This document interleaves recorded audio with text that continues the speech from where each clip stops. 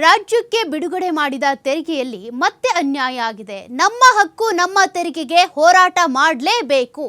ಈಗಾಗಲೇ ಕೇಂದ್ರ ಸರ್ಕಾರದಿಂದ ರಾಜ್ಯಕ್ಕೆ ಏನು ತೆರಿಗೆ ಬಿಡುಗಡೆ ಆಗಿದೆ ಅದರಲ್ಲಿ ಮತ್ತೆ ಅನ್ಯಾಯ ಆಗಿದೆ, ತಾರತಮ್ಯ ಆಗಿದೆ. ಹೀಗಾಗಿ ಕೇಂದ್ರ ಸರ್ಕಾರದ ವಿರುದ್ಧ ಹೋರಾಟ ಮಾಡಬೇಕು ಅಂತ ಡಿಸಿಎಂ ಡಿಕೆ ಶಿವಕುಮಾರ್ ಅವರು ಆಕ್ರೋಶ ಹೊರಹಾಕಿದ್ದಾರೆ. ಇನ್ನು ತೆರಿಗೆಯಲ್ಲಿ ಸರಿಯಾದಂತ ರೇಷಿಯೋ ಎಲ್ಲಿದೆ, ನಮಗೆ ಅನ್ಯಾಯ ಆಗಿದೆ, ಈ ಬಗ್ಗೆ ಪರಿಶೀಲನೆ ಮಾಡ್ತಾ ಇದ್ದೇವೆ. ಸಿದ್ದರಾಮಯ್ಯನವರು ಕೂಡ ಅಂಕಿ ಅಂಶಗಳನ್ನ ಅಧ್ಯಯನ ಮಾಡ್ತಾ ಇದ್ದಾರೆ. ಯಾಕೆ ಎಂಪಿಗಳು ಇಷ್ಟೊಂದು ಮೌನ ವಹಿಸಿದ್ದಾರೆ ಗೊತ್ತಿಲ್ಲ, ಅದು ನನ್ಗೆ ಅರ್ಥ ಆಗ್ತಾ ಇಲ್ಲ ಅಂತ ಡಿಸಿಎಂ ಡಿಕೆ ಶಿವಕುಮಾರ್ ಅವರು ಬೇಸರ ಹೊರಹಾಕಿದ್ರು. ರಾಜ್ಯಕ್ಕೆ 6,310 ಕೋಟಿ ಹಣವನ್ನ ಕೇಂದ್ರ ಸರ್ಕಾರ ಬಿಡುಗಡೆ ಮಾಡಿದೆ. ಆದ್ರೆ ಇಲ್ಲಿ ತಾರತಮ್ಯ ಆಗಿದೆ. ನಾವು ಕಟ್ಟುವಂತ ತೆರಿಗೆಗೆ ತಕ್ಕನಾಗಿ ವಾಪಸ್ ಹಣವನ್ನ ಬಿಡುಗಡೆ ಮಾಡಿಲ್ಲ. ಹೀಗಾಗಿ ನಮ್ಮ ರಾಜ್ಯದಿಂದ ಆಯ್ಕೆಯಾಗಿ ಹೋಗಿರುವಂತ ಎಂಪಿಗಳಿರ್ಬೋದು, ಕೇಂದ್ರ ಸಚಿವರಿದ್ದಾರೆ, ಅವ್ರು ಏನ್ ಮಾಡ್ತಾ ಇದ್ದಾರೆ ನನ್ಗೆ ಅರ್ಥ ಆಗ್ತಾ ಇಲ್ಲ ಅಂತ ಡಿಸಿಎಂ ಡಿಕೆ ಶಿವಕುಮಾರ್ ಅವರು ಬೇಸರ ಹೊರಹಾಕಿದ್ದಾರೆ.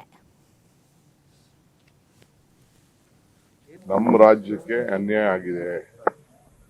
ತೆರಿಗೆಯಲ್ಲೂ ಕೂಡ ಸರಿಯಾದ ರೇಷಿಯೋ ಅಲ್ಲ. ಉತ್ತರ ಪ್ರದೇಶ ದೊಡ್ಡ ರಾಜ್ಯ, ಅದು ಬೇರೆ ವಿಚಾರ. ನಮ್ಗೆ ಬಹಳ ದೊಡ್ಡ ಅನ್ಯಾಯ ಆಗಿದೆ. ಅದ್ರ ಬಗ್ಗೆ ಪರಿಶೀಲನೆ ಮಾಡ್ತೀವಿ.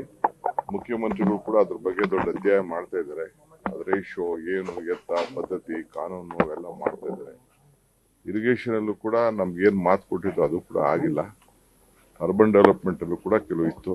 ಒಟ್ಟಾರೆ ಇದನ್ನ ಬಜೆಟ್ ಅಷ್ಟೊತ್ತಿಗೆ ನಾವೇನು ಹೇಳ್ಬೇಕು ಅದನ್ನ ಹೇಳುವಂತ ಕೆಲಸ. ನಮ್ಮ ತೆರಿಗೆ ನಮ್ಮ ಹೋರಾಟ ಮತ್ತೆ ಮುಂದುವರಿಸೋಣ ಅಂತ ಹೇಳಿ ಖಂಡಿತ ನಮ್ಮ ಹಕ್ಕಿಗೆ ನಾವು ಹೋರಾಟ ಮಾಡಲೇಬೇಕು. ನಮ್ಮ ತೆರಿಗೆಗೆ ನಾವು ಹೋರಾಟ ಮಾಡಲೇಬೇಕು. ನಮ್ಮ ರಾಜ್ಯದ ಹಿತವನ್ನ ಕಾಪಾಡಬೇಕು.